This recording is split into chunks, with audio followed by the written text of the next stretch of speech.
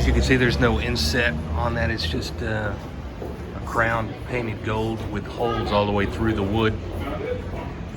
And this is on the K2 model. You could tell the model by the 3 panes of glass going across.